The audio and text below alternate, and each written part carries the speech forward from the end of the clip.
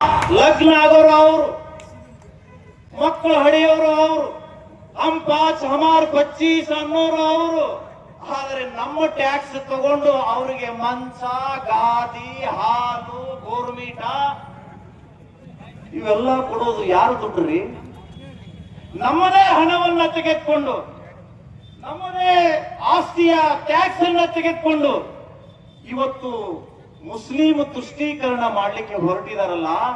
ಈ ಸರ್ಕಾರವನ್ನ ಉರುಳಿಸುವವರೆಗೆ ನಮ್ಮ ಕರ್ನಾಟಕದ ರೈತ ಸಮುದಾಯ ವಿಶ್ರಾಂತಿ ತೆಗೆದುಕೊಳ್ಳೋದಿಲ್ಲ ಅನ್ನುವಂತ ಶಪಥ ಇವತ್ತು ಕಲಬುರಗಿ ಮಹಾನಗರದಿಂದ ಪ್ರಾರಂಭ ಆಗಬೇಕಾಗಿದೆ.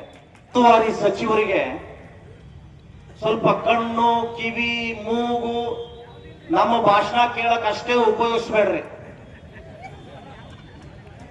ಅಂಬೇಡ್ಕರ್ ನಿಗಮದಿಂದ ದಲಿತ ಕುಟುಂಬ